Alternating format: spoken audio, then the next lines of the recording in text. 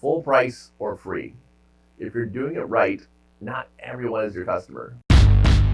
There's no way I'm going to be insulted when I call my video channel Crippled CEO. Why aren't you only selling to the customers who want to pay you more? Seth Godin has been a hero of mine for 2 decades. I recently heard him articulate something that I had always known intuitively, but he explained perfectly, as he always does. Some customers like to pay less for things. That is how they identify themselves. They're bargain hunters looking for the cheapest price. My friend Jen was like this. She once made us drive to another liquor store to save roughly $1 on a bottle of rum. Jen would also always pick the generic brand over the quote, real one. Jen was, and maybe still is, all about paying as little as possible. Some customers like to pay more. It's true. I know because I'm one of them. When I redid my kitchen, I gravitated toward the better, more expensive appliances because I wanted to be certain I wouldn't have to worry about them. When the new iPhones came out, I got the better, more expensive one with the most space because I didn't want to have to worry about ever running out of space. And I'm currently upset that I can't find better, more expensive lawn care. I used to be upset that I couldn't find a better, more expensive doctor, but I now have a private concierge doc, and you should too, by the way, and I'm much, much happier. Part of this is because I can currently afford better stuff, but even when I couldn't, I was always willing to trade dollars for time or convenience or quality or reassurance as much as I could whenever possible. I was pretty broke when I moved out of my parents' house and into my first home at the age of 18, but even still, instead of getting a cheaper bedroom set from IKEA or Rooms to Go, I found this amazing dark wood mahogany set from a local store. It was more expensive, but I knew it'd last forever and I'd save money in the long run. 2 decades later, it's still in my bedroom and looks great.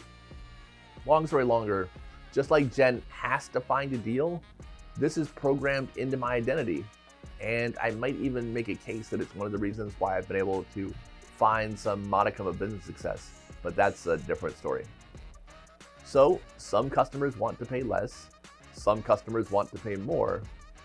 It takes the same effort to sell to both groups. Each has their own set of challenges.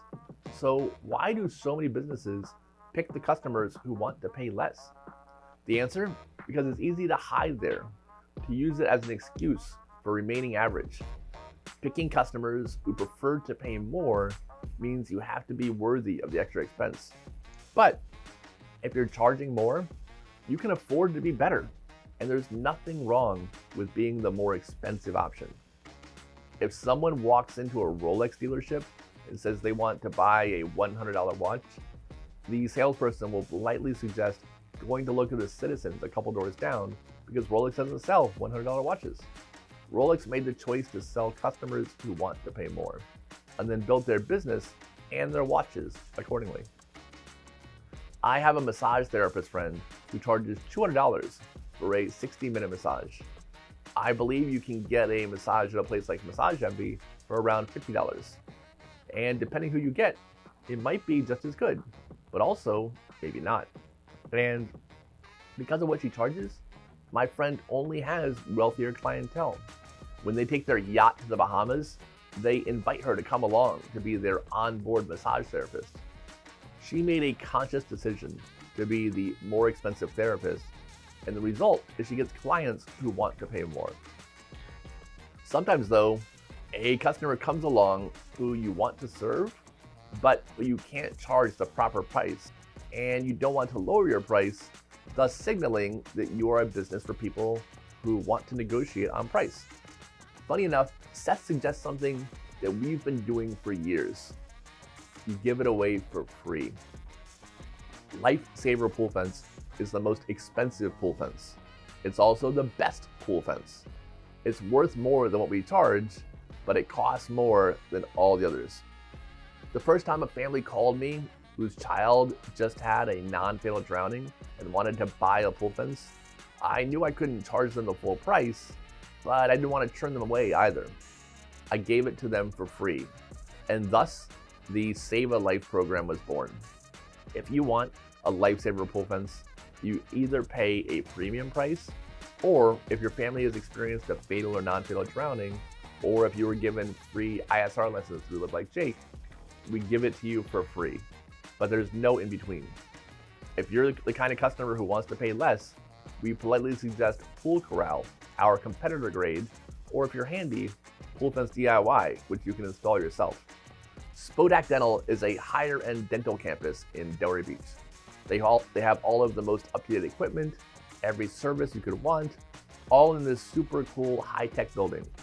Their prices are set. They don't give discounts. But a few times a year, they have a day where they give away free dental care to underprivileged children.